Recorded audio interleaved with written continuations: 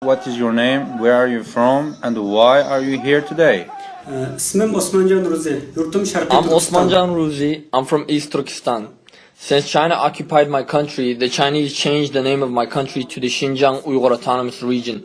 Since then, the oppression on the Uyghur people by the Chinese government has never stopped. I'm strongly against their policy. That is why I am here today to protest. When did you leave East Turkestan? For the last couple of years, we have been hearing that China is suppressing the Muslims in East Turkestan. What do you have to say about this? I couldn't stand the intense suppression of the Uyghur people by the Chinese government, so I was forced to flee in 2013 to seek freedom. In 2013, I fled to Southeast Asia, and I stayed there for some time, but I was worried about my safety there, and that's why in 2014 I fled to Turkey. What you are hearing in the news is correct. China has been violating the religious practices, culture, and traditions, as well as the basic human rights of the Uyghur people since its occupation of East Turkestan in 1949. China is imposing various restrictions against the Uyghur people. In fact, since 9/11, China has been exploiting the war on terror to kill and imprison Uyghurs who hold a different opinion than that of the Chinese government. The Chinese government's policy is now to eradicate Uyghur culture, language, and identity while imposing Mandarin, which is actually the official Chinese language, and Han Chinese culture on the indigenous people of East Turkestan. This policy to eradicate the Uyghurs has been in place for years. However, since the current president of China, Xi Jinping, took power, this policy has been intensified. You said you come to Turkey, so why did you come to Netherlands from Turkey? We Uyghurs are very close to the Turkish people in terms of language, culture, tradition, and religion. And I thought Turkey would be a much safer place for me than Southeast Asia, so I went to Turkey. And while I was in Turkey, I tried my best to let the Turkish people know what China is doing to the Uyghur people. Some political activists like Abdulkadir Yapchan and Sheikh Ibrahim Damallah have since been arrested in Turkey since October 2016. Chinese agents in Turkey are using social media like WhatsApp and WeChat to threaten Uyghurs in Turkey by sending messages like, "Work for us or we will have you deported to China," or "We will imprison your parents and other family members," and they say that nothing can stop us. And this put a lot of fear and pressure on Uyghurs living in Turkey. In fact, some Uyghur activists disappeared. I feared that the Chinese agents and spies in Turkey would try to hurt me, so I left to the Netherlands.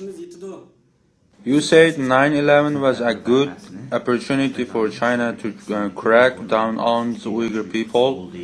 Can you provide us some details, please? Since the Chinese occupation of East Turkestan till 9/11, China has been implementing laws that has restricted the Uyghur Muslims' religion, culture, economic welfare, and traditions. Tens of thousands of people became disabled due to the after effects of nuclear testing in East Turkestan. And in fact, research has shown that nearly 1 million Uyghurs died as a result of nuclear testing. Also, the Chinese government has transferred millions of Han Chinese settlers from Chinese provinces to make the Uyghurs become a minority in their own land. China used 9/11 as a perfect opportunity to label Uyghurs as terrorists. For example, anyone that's under 18 is not allowed to enter a mosque or fast during Ramadan. Women who wear headscarves and long dresses are accused of being terrorists. Many students, teachers, and religious scholars have been imprisoned because their views were deemed as extreme and contrary to that of the Chinese government, so they have been labeled as terrorists. Also, for those who visited Mecca for Umrah or Hajj, and those who have Muslim names, and those who have beards, are being labeled as extremists and terrorists, and they're being sent to prison labor camps. The Quran and other Islamic books and texts have been burned. Uyghur imams have been forced to dance and praise the Chinese government.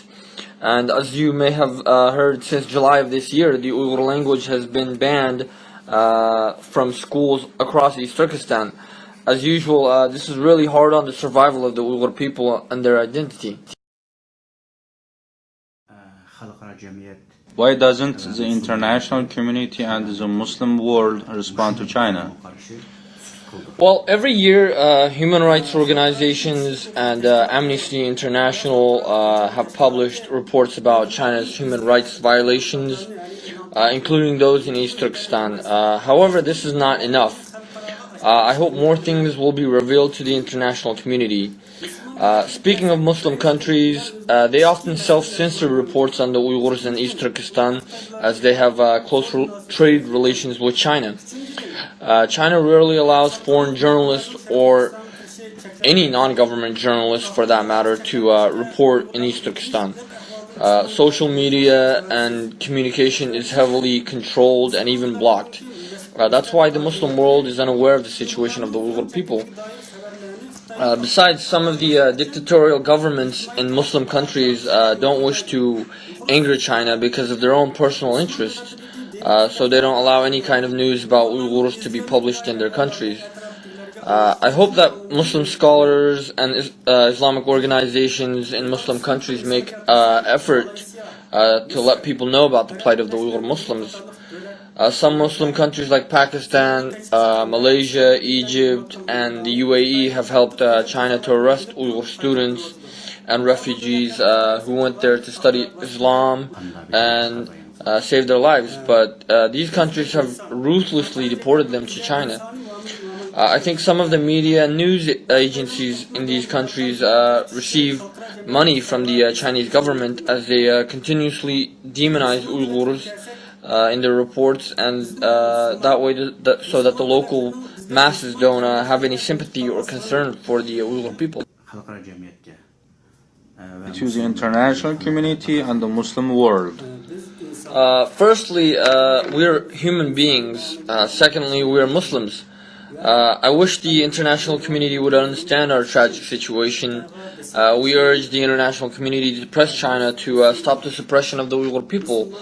I wish all the Muslims across the world wouldn't forget their Muslim brothers and sisters of East Turkestan who are currently suffering under Chinese occupation and colonization. As for the Muslim countries who have close trade relations with China, I urge them to press China to stop the genocide of the Uyghur Muslims, and I ask that they don't deport the Uyghurs who fled from oppression, and that they treat them as human beings, and I hope that they give them a chance to live safely and freely in their countries.